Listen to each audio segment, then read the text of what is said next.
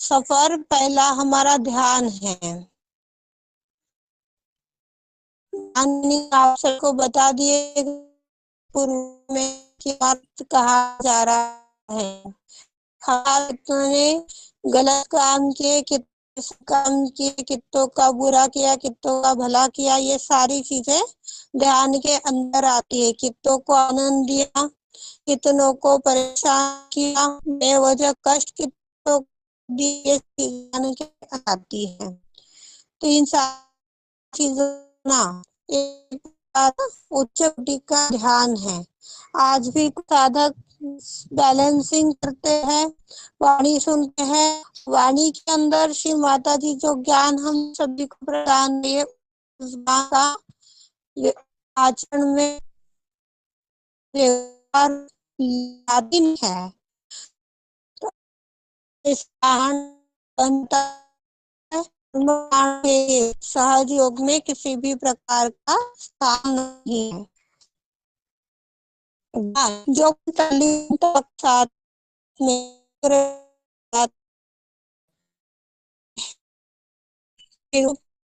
भी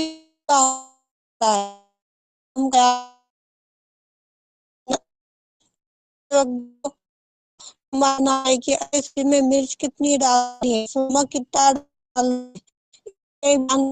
आज एक की 2 चम्मच डाल दो तो सब बोलेंगे तेरा ध्यान कहाँ था। तो ऐसे बहुत सी चीजें दिन भर में हम लोगों के माध्यम से होती है, जिसे ध्यान कहते हैं। हमारा ध्यान कहा जा रहा है। आज बहुत से भाई बहनों की आदत है कि बच्चे स्कूल से आते हैं, फिर पति ऑफिस से आता है, धंधे पर से आए और वो अपने मेडिटेशन में मग्न रहती है, उन्हें पानी तक का नहीं पूछती। तो यह भी ध्यान आपका कर्म कांड है। फिर सहजों के ऊपर, आदिशक्ति के ऊपर उंगलियां उठती है। ध्यान की माध्यम से अपने हृदय के अंदर, अपने मस्तिष्क के अंदर एक ऐसा रसायन तैयार होता है जो हमें विकारों से रोकता है। मैंने बात बताई कि 1 चम्मच सॉल्ट की जगह पर यदि आप 2 चम्मच सॉल्ट सब्जी में डाल देते हो तो सब बोलेंगे तेरा ध्यान कहाँ है। तो यह बात आज तब हो गया, सामने वाले व्यक्ति ने संतुष्टि से खाया नहीं। दूसरी बात, वो सब्जी वेस्ट चली गई,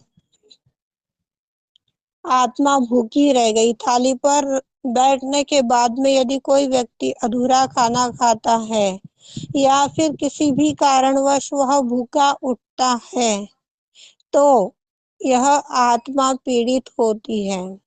आत्मा पीड़ित हो गई तो जो कर्म फल हमारा था शुभ संकेत में, वो बुराइयों में परिवर्तित हो जाता है। तो ऐसी छोटी छोटी चीजों को हमें ध्यान देना है। इसके लिए सेल्फ मेडिटेशन अति आवश्यक है। सभी को कुछ महीनों पहले बताया गया था कि सामूहिकता में तो करते हैं, पर कम से कम दिन भर में एक बार करना चाहिए। समूह में हम ध्यान कर रहे हैं, प्रार्थना कर रहे हैं, क्या कर रहे हैं,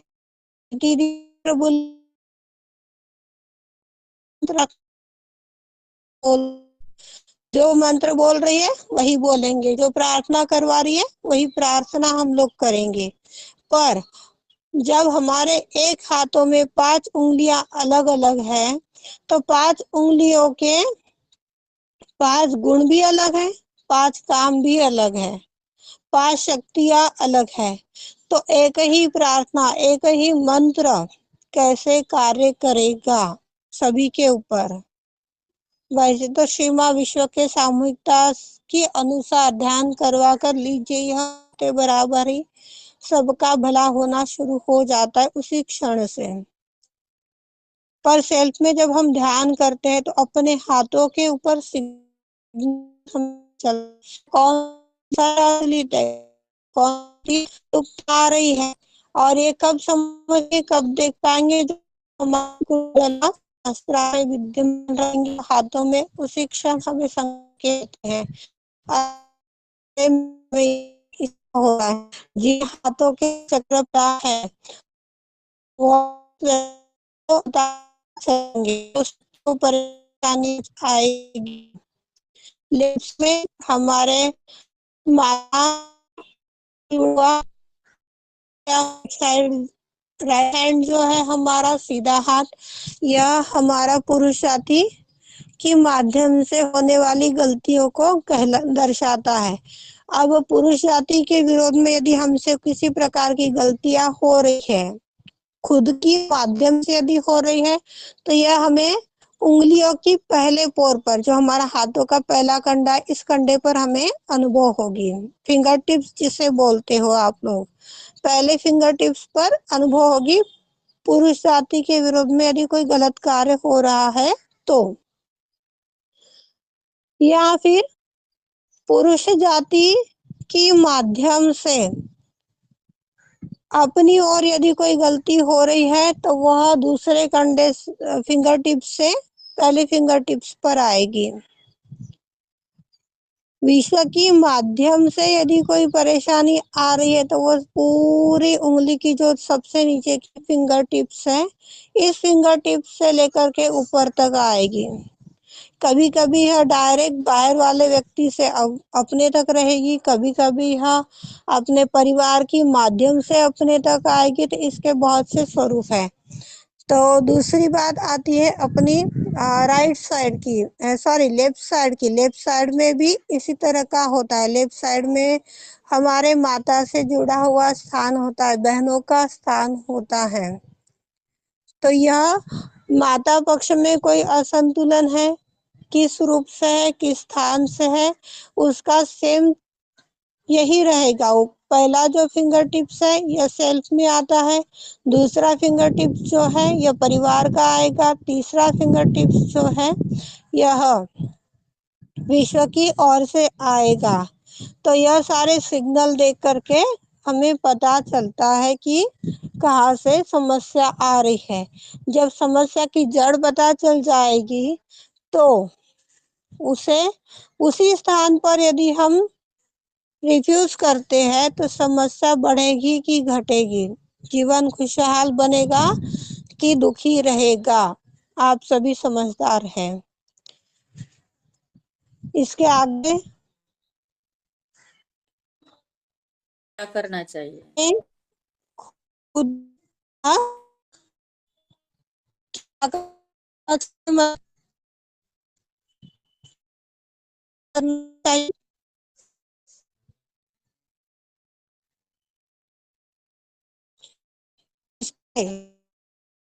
खुद करती कि हमें ले ही ना, इसके लिए करना है।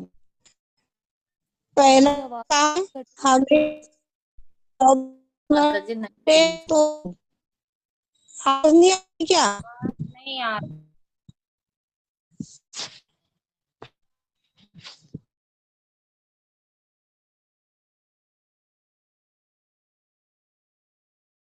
24 घंटे 7 दिन 8 प्रहर, चाहे कोई सिचुएशन रहे, आनंद में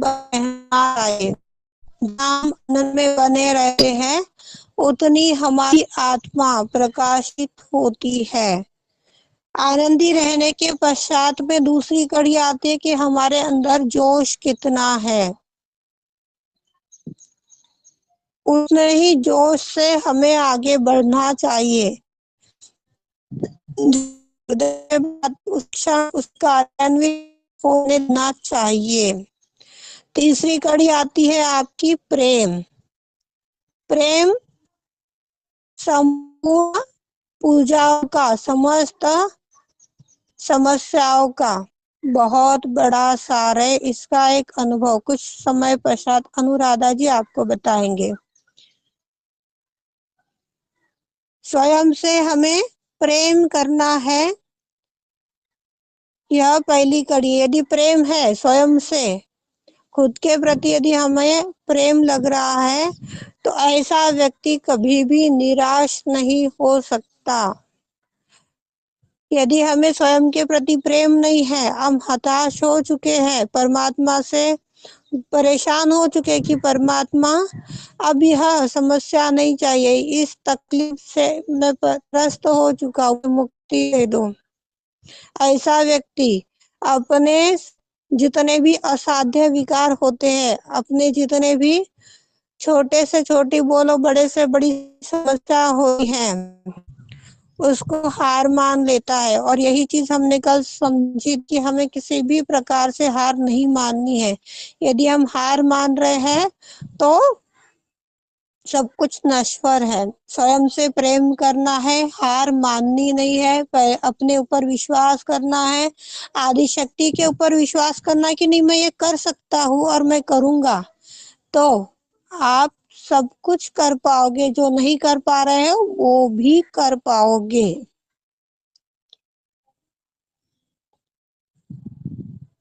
जब निराशा अपने अंदर आ जाती है तो वह विकारों को बढ़ा देती है।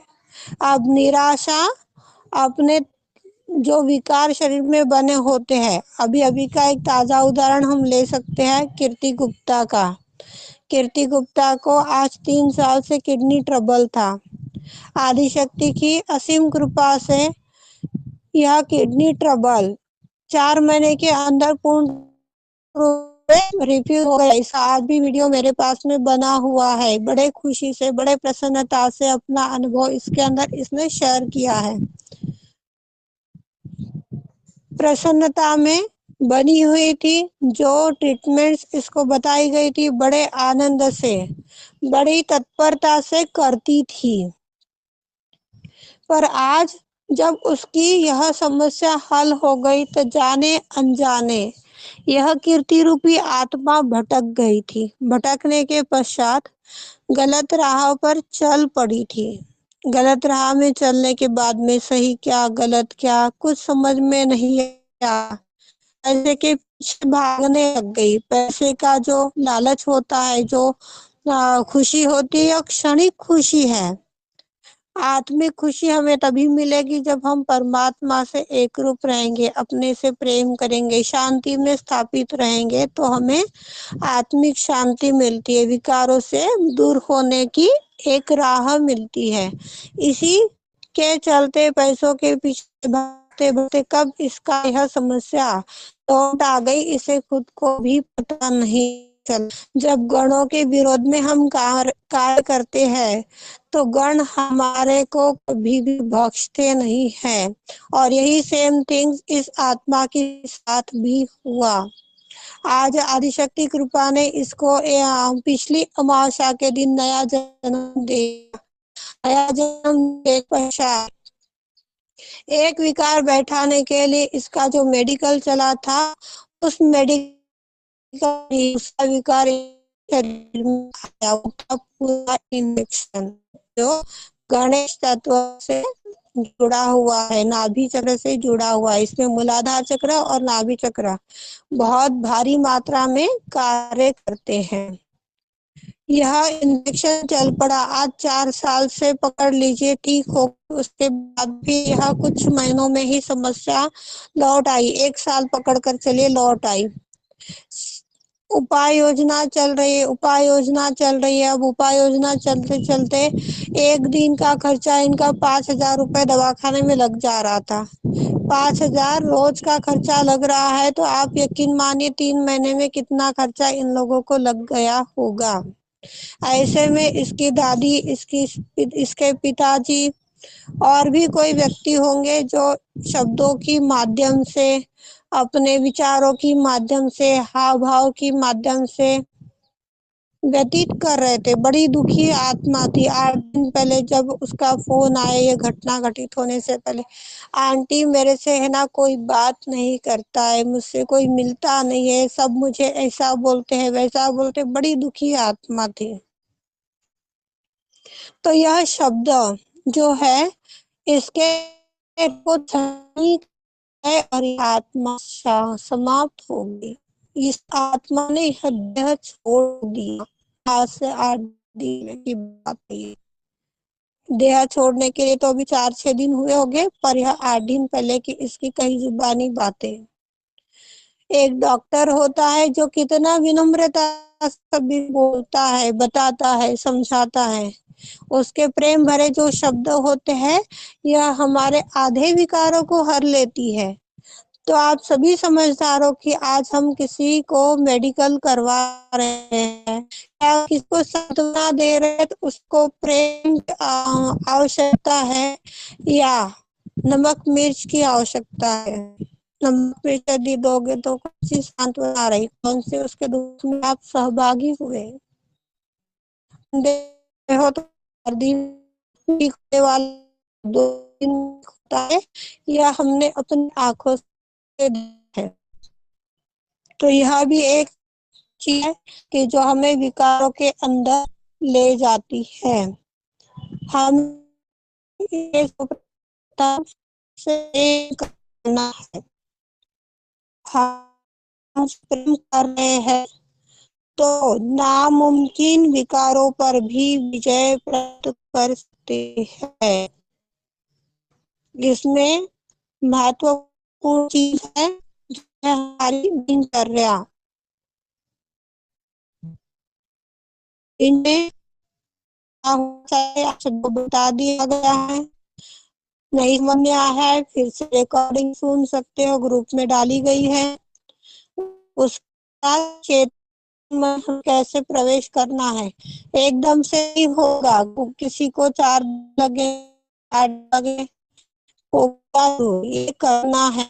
जब चेतन मन में हम प्रवेश करते हैं तो जो विकार विश्व में आया ही नहीं है, और ऐसा कोई हमारे शरीर कर रहा है, वह विकार को भी